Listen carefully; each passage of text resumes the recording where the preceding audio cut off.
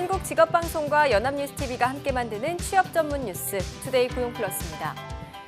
평가 점수에 미달된다는 이유로 정규직 전환에 실패하고 쫓겨난 직원들에 대해 부당 해고라는 법원의 판단이 나왔습니다. 여름방학 인턴과 하반기 채용 시즌을 앞두고 있는 가운데 고용 시장에도 영향을 미칠 것으로 보입니다. 강민구 기자의 보도입니다. 2013년 수도권의 한 대학교에 10여 명이 교직원으로 입사했습니다. 근무 실적을 평가해 2년 뒤 정규직으로 전환해주기로 했는데 기준 점수를 통과하지 못한 유모 씨 등 4명은 직장을 잃게 됐습니다.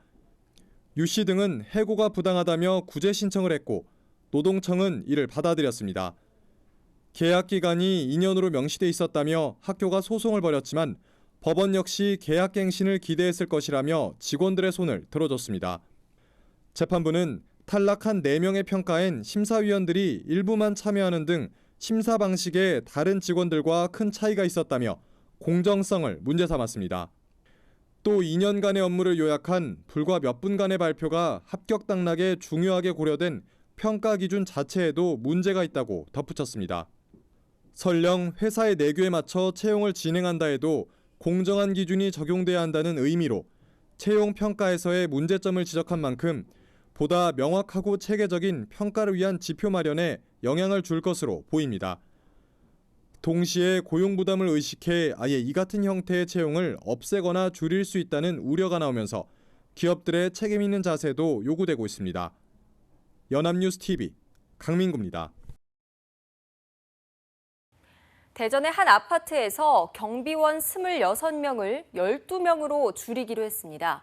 인건비 부담을 덜기 위한 건데 최저임금 인상이 경비원들에게는 오히려 실직 위기가 되고 있다는 지적도 나옵니다. 정윤덕 기자입니다. 대전의 한 아파트에 붙은 공고문입니다. 현재 26명인 경비원을 10월부터 12명으로 줄이겠다는 것입니다. 경비원 감축안은 최근 주민투표에서 과반의 찬성을 얻었습니다. 졸지에 직장을 잃을 위기에 놓인 고령의 경비원들은 한숨만 내쉽니다. 대단히 마음이 우울하고 쓸쓸하고 대책이 없다는 게 저희들로서는 좀 더욱더 서글픈 현실이죠. 주민들이 경비원 감축을 결정한 것은 늘어나는 인건비 부담 때문. 경비원들도 최저임금을 보장받으면서 이 아파트 경비원들의 올해 월급은 165만 원으로 지난해보다 17만 원가량 올랐습니다. 내년도 최저임금 협상이 진행 중이지만 소폭이나마 인상이 예상되는 만큼 주민들이 미리 경비원 줄이기에 나선 것으로 풀이됩니다. 경비원들은 최저임금 인상이 좀 더 안정된 생활을 가져다 줄 것으로 기대했지만 정반대로 실직 위기를 불러오고 있는 것입니다. 기존 경비원 업무를 무인 경비 시스템으로 대체하는 아파트들이 늘면서 지난 2월에는 해고 통보를 받은 서울의 한 아파트 경비원들이 삭발까지 하며 반발하는 일도 있었습니다. 이 같은 경비원 대량 해고 사태를 해결하기 위해서는 지방자치단체가 입주민과 경비원 사이에서 가교 역할을 해야 한다는 목소리가 커지고 있습니다.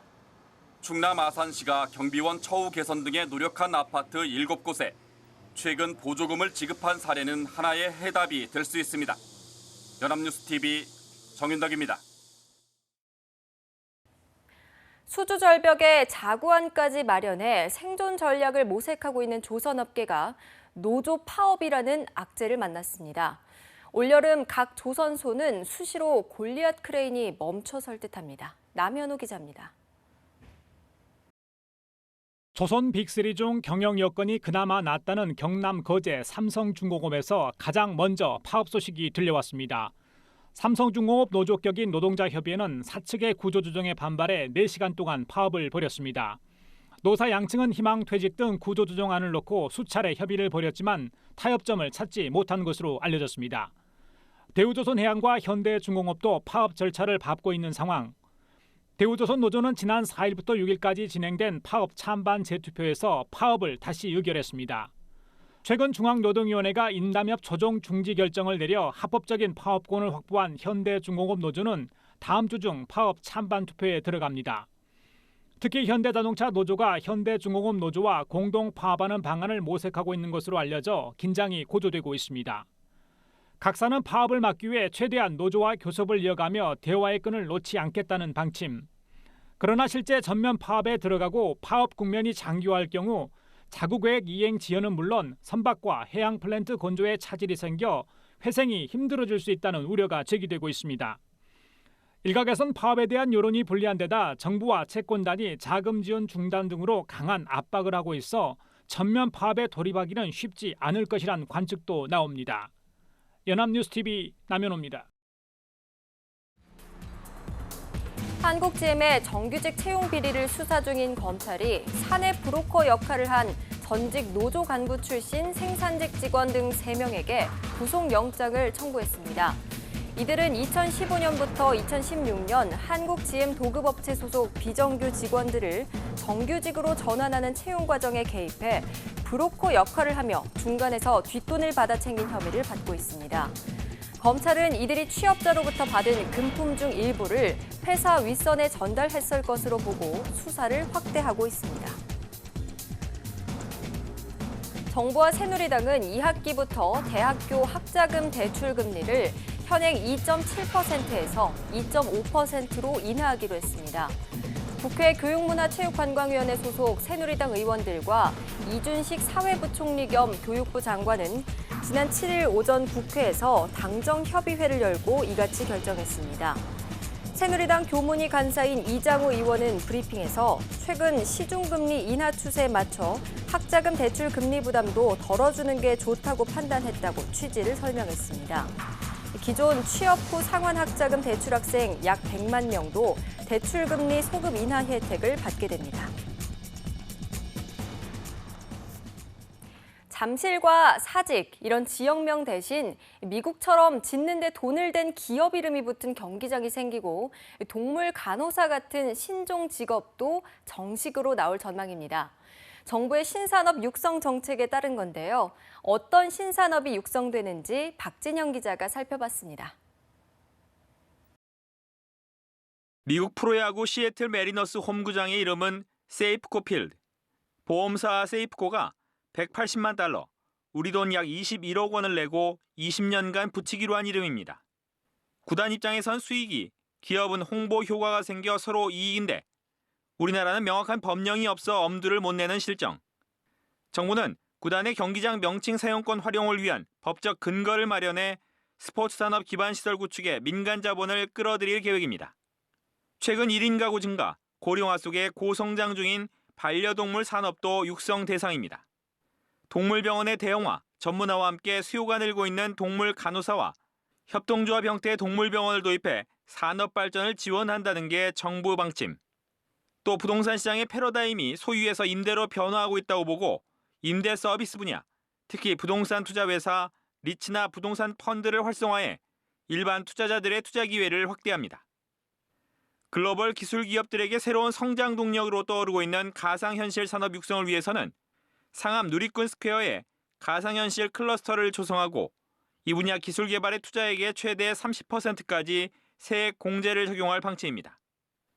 또 식품에만 편중된 이슬람권 대상 할랄 산업, 유태인 대상 코셔 산업도 화장품과 콘텐츠는 물론 의료 관광 등 다양한 분야로 넓힐 수 있도록 성장 기반을 구축할 계획입니다. 연합뉴스TV 박진영입니다. 올 초 중국인 관광객, 유커들의 대규모 방한이 이어지면서 이들을 상대로 한 다양한 사업들은 우리 관광업계의 새로운 먹거리로 떠오르고 있는데요. 이 유커들이 쇼핑에 일본 관광객보다 6배 많은 금액을 지출한다는 조사 결과가 나왔습니다. 이소영 기자입니다. 어마어마한 규모로 주목받은 월미도 치맥 파티와 한강 삼계탕 파티. 관광업계의 큰손인 중국인 관광객, 유커 모시기에 나선 지자체들의 노력을 그대로 드러냈는데 최근 조사에서 관광업계에 미치는 유커들의 영향력이 사실인 것으로 드러났습니다. 서울연구원은 지난해 12월 서울을 방문한 외국인 관광객 1000여 명의 쇼핑 성향을 분석해 이 같은 결과를 발표했습니다. 서울을 방문한 외국인 관광객이 쇼핑에 지출하는 금액은 1인당 평균 106만 원. 유커가 213만 원으로 압도적 1위를 차지했고 중동 관광객이 그 뒤를 이었으며 일본인 지출은 33만 원에 그쳤습니다. 유커들은 한국 방문 기간이 5.4일로 전체 평균보다 짧음에도 더 많은 비용을 쇼핑에 지출했고 필수 구매 상품은 화장품이었습니다. 한국 방문 목적을 묻는 질문에는 62%가 쇼핑을 꼽았습니다. 서울은 쇼핑 만족도 1위 도시인 도쿄에 비해 가격 경쟁력과 할인, 즐길거리 면에서는 뛰어났지만 직원 친절도 등에서는 아직 부족한 것으로 조사됐습니다. 특히 음성적으로 이뤄지는 짝퉁 판매에 대한 우려와 일부 매장에서의 강매는 약점으로 꼽혔고 코리아 그랜드 세일 등 할인 행사에 대한 홍보도 아직은 부족한 것으로 나타났습니다. 서울시는 이번 분석을 바탕으로 아시아 쇼핑 관광 1위 도시로 도약하기 위한 쇼핑 인프라를 구축한다는 방침입니다. 연합뉴스 TV 이소영입니다. 한국산업인력공단은 지난 1일 울산의 공단 본부에서 NCS 기반 채용 시스템을 통해 선발된 신규 직원들에 대한 임용식을 열었습니다. NCS 기반 채용은 학력과 전공, 어학 성적 등 스펙이 주가 되는 채용 시스템 대신 무서류 전형 등으로 직무 능력 평가만을 통해 인재를 선발하는 시스템입니다. 공단은 이 시스템을 통해 올해 지역 인재 8명 등 100명의 신입사원을 선발했습니다. 공단은 NCS 기반 채용 시스템을 통해 직무 수행에 적합한 인재를 채용할 수 있었을 뿐 아니라 직원들의 업무 적응도도 높았다며 NCS 기반 채용의 확산을 위해 노력한다는 방침입니다.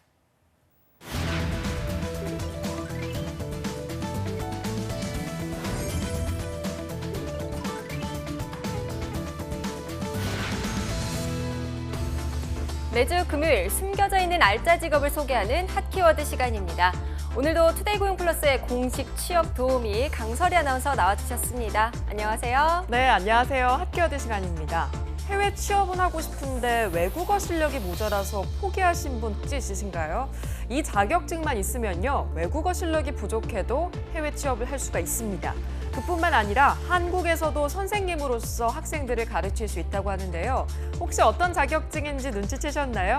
오늘 소개해드릴 직업은 한국어 구사 능력만으로 취업이 가능한 한국어 교원입니다.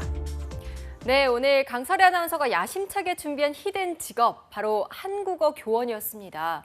자, 한국어 교원, 보통 우리가 알고 있는 국어 선생님과는 좀 다른 건가요? 네, 그렇습니다. 일반적으로 한국어 교사라고 하면 초중고 학교에서 국어를 가르치는 국어 선생님 생각하기 쉬운데요. 한국어 교원은 그와는 전혀 다른 별개의 직업입니다.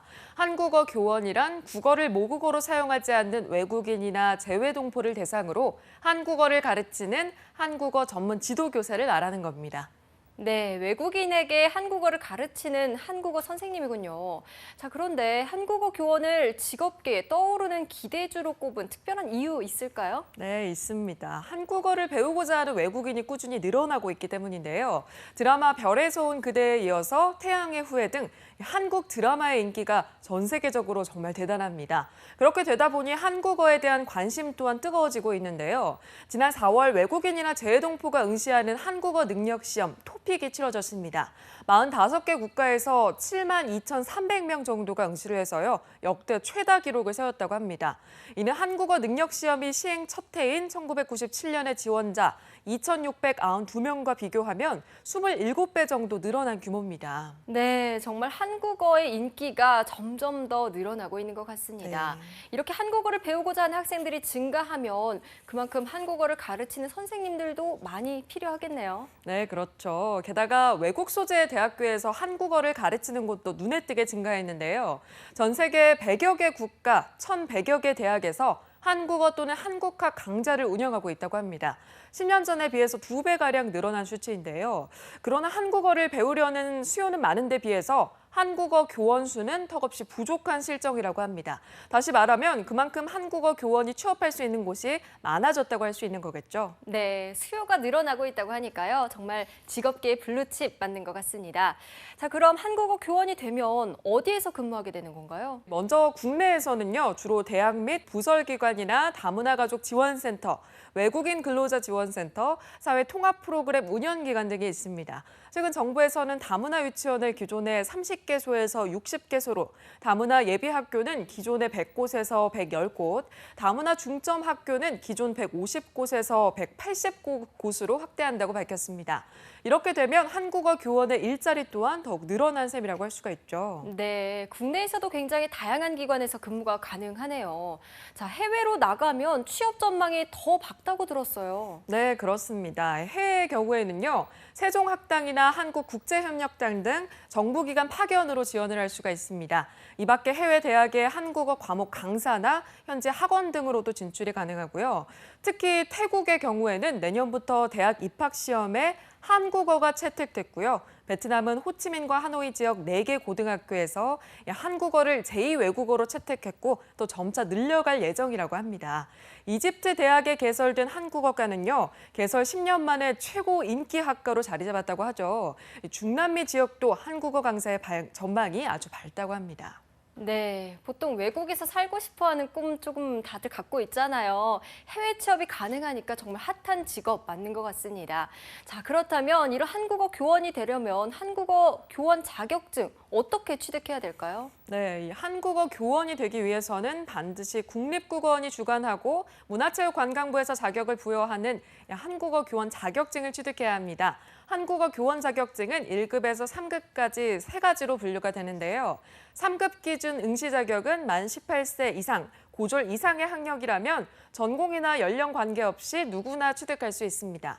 단 2급은 자격 조건이 필요한데요. 4년제 대졸자 중에서도 한국어학을 필수로 이수한 자만 응시가 가능합니다. 한국어학을 이수하지 않았거나 4년제 대졸자가 아닌 경우에는 학점은행제 등을 통해서 학력 조건을 갖춰야 합니다. 네, 이렇게 급수가 구분되어 있는 거 보니까요. 급수에 따라서 혹시 취업 기회도 달라지는 게 아닐까 이런 생각이 드는데요. 처음부터 높은 급수를 취득하면 더 유리한 건가요? 네, 아닙니다. 3급이라고 해서 불리하다거나 2급이라고 해서 가산점을 준다거나 하는 건 아니고요. 다만 급수 자체보다는 실전 강의 경력이 중요하다고 합니다. 강의 경력에 따라서 자격증 급수 승격이 된다고 하는데요. 3급 취득 후에 5년 경력과 2,000시간의 강의 시수를 쌓으면 2급으로 승급이 가능하고요. 마찬가지로 2급 자격증 취득 후에 5년 동안 2,000시간의 강의 경력을 쌓으면 1급으로 승급할 수 있습니다. 처음 자격증을 취득할 때는 2급과 3급 중에 본인의 자격 조건에 맞춰서 선택하고 취득 후에 강의 경력을 쌓아서 승급하는 제도인 거죠.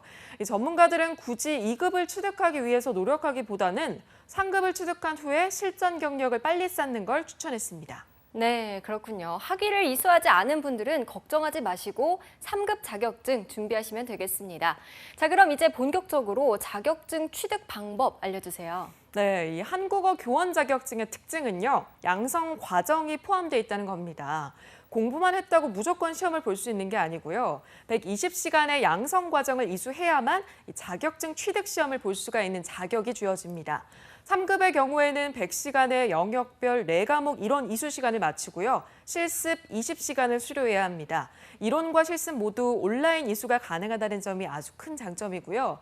현재 직장에 다니는 직장인이나 주부, 학생들도 부담 없이 양성 과정을 마칠 수가 있겠죠. 네, 120시간의 수업과 실습을 마치고 시험에 응시해야 되는 거군요. 자, 그렇다면 양성 과정을 이수할 수 있는 기관이 따로 있는 건가요? 네, 이 한국어 교원 자격증 취득을 전문으로 하는 여러 사설 교육원들이 있습니다. 그중에 자신에게 맞는 곳을 고르면 되는데요. 단 교육부에서 평가 인정을 받은 교육기관에서만 수강하셔야 한다는 점 잊지 마시길 바랍니다. 일반적으로 3급의 경우 양성 과정 이수를 위해서 최소 50만 원 선의 비용이 든다고 생각하시면 되는데요. 그렇지만 자격증 취득을 위해서 다양한 국비 지원도 있으니까 꼭 확인해 보시길 바랍니다. 내일 배움 자격증 센터에서 운영하는 온라인 한국어 교사 양성 과정은 재직자의 경우에 국비로 100% 전액 지원을 받아서 수강할 수 있다고 하니까요. 이 점 참고하시면 좋을 것 같습니다. 네, 무료로 교육을 받을 수 있는 꿀팁까지 정말 좋은 정보 주셨습니다. 자, 양성 과정을 다 마치고 치르는 시험 절차도 자세히 알려주세요. 네, 이 시험 절차는요. 한국어 교육 능력 검정 시험 1차 필기, 2차 면접으로 진행됩니다. 1차 필기 외국인은 2과목씩 2교시로 총 4과목의 시험을 보게 되고요. 각 영역에서 40점 이상, 전 영역 평균이 60점 이상이면 합격이라고 합니다. 시험 유형은 사지선다형 객관식이기 때문에 크게 부담은 없지만요.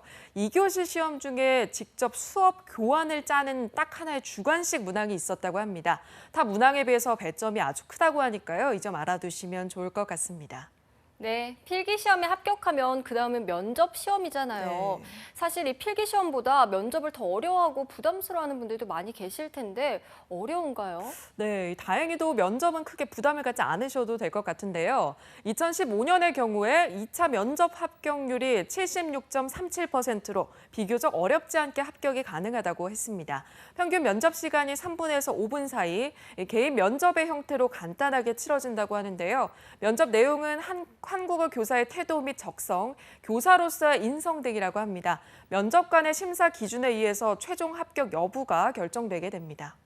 네, 그럼 이번에는 정말 중요한 부분이죠. 전 세계가 원하는 한국어 교원의 수입은 얼마나 될까요? 네, 강의하는 곳에 따라서 또 경력에 따라서 천차만별이라고 합니다. 3급 기준 사설학원의 경우에는 시급이 14,000원 정도에서 18,000원 정도라고 하고요.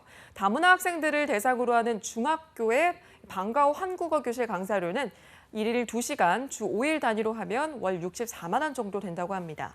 한편 주재원에서 강의하는 경우에는 시급 4만 원 정도라고 하네요. 해외에서 강의하는 세종학당의 경우에는 경력에 따라서 다르지만 상급을 기준으로 하면 월 190만 원에서 220만 원 정도 된다고 합니다. 네, 2016년 한국어 교원 자격증 시험 1차 필기는 8월 27일, 2차 면접은 10월 21일과 23일에 치러진다고 합니다. 아쉽게 올해를 놓치신 분들은요, 내년을 노려보는 것도 좋을 것 같습니다. 자, 뚜렷한 목적 없이 취업을 위해서 토익이나 오픽 등 이런 각종 외국어 시험에 매달리기보다요, 한국을 널리 알릴 수 있다는 자긍심을 갖고 취업 기회도 많은 한국어 교원 자격 시험에 도전해 보시는 건 어떠실까요?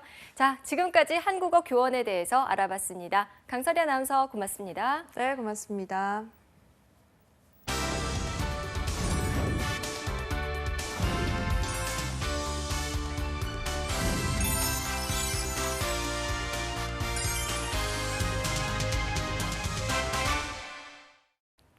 네, 투데이 고용 플러스 오늘 준비한 소식은 여기까지입니다. 오늘도 함께해 주신 여러분 고맙습니다.